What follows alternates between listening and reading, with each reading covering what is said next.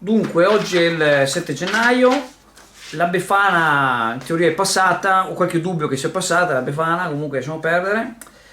Allora, questa mattina hanno fatto nuovi orari per quanto riguarda le corse per le frazioni, con queste corse a chiamata, apro e chiudo una parentesi, assolutamente nessuna critica verso Arriva Veneto, che si trova a gestire questa situazione con mille difficoltà e non è facile.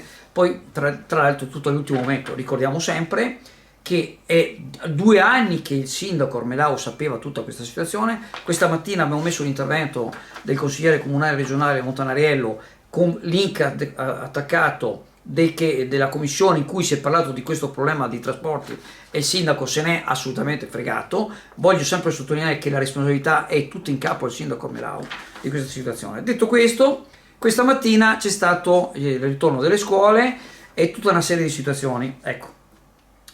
Allora, questa è una mail di una signora che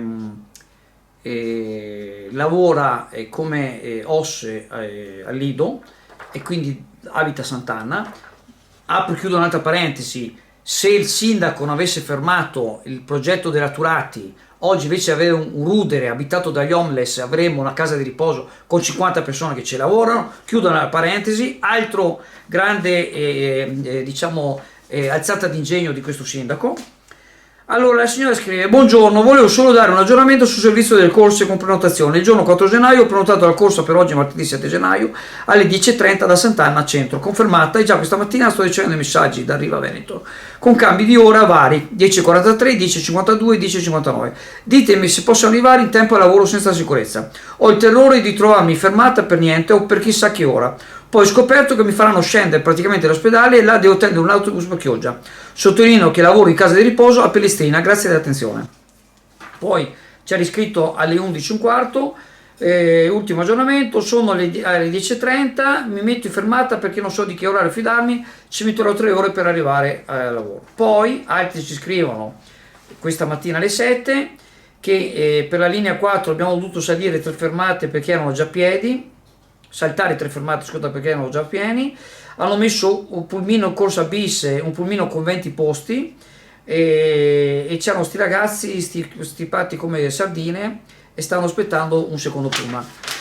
Vi faccio vedere un intervento di una signora che una mamma con un bambino piccolo che abbiamo beccato prima alla fermata. Questo è l'intervento. Allora, la domanda è: state aspettando la corriera? No, io devo andare a Sant'Anna, devo è un'ora che sono qua perché aspetto il pilota. Ma avevi prenotato te?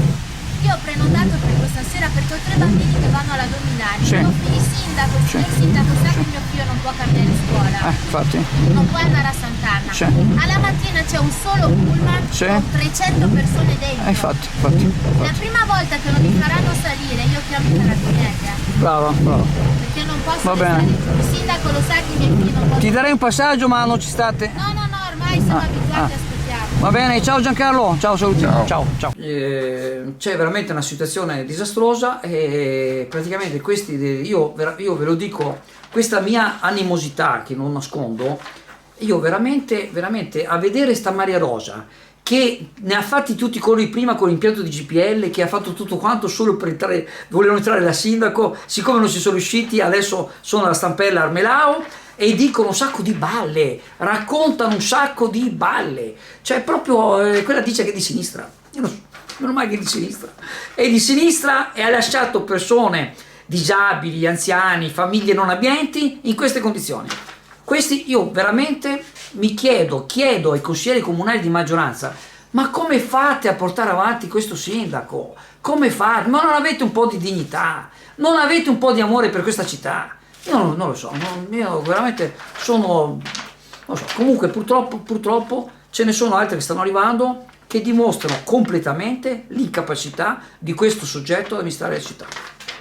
AF Energia ci trovate in Viale Mediterraneo 135 a Sottomarina, dal lunedì al venerdì 8:30, 12:30, 14:30, 18:30. Offriamo il servizio luce, gas, prezzo fisso, prezzo variabile, telefonia, fibra o ADSL per famiglie, imprese e condomini.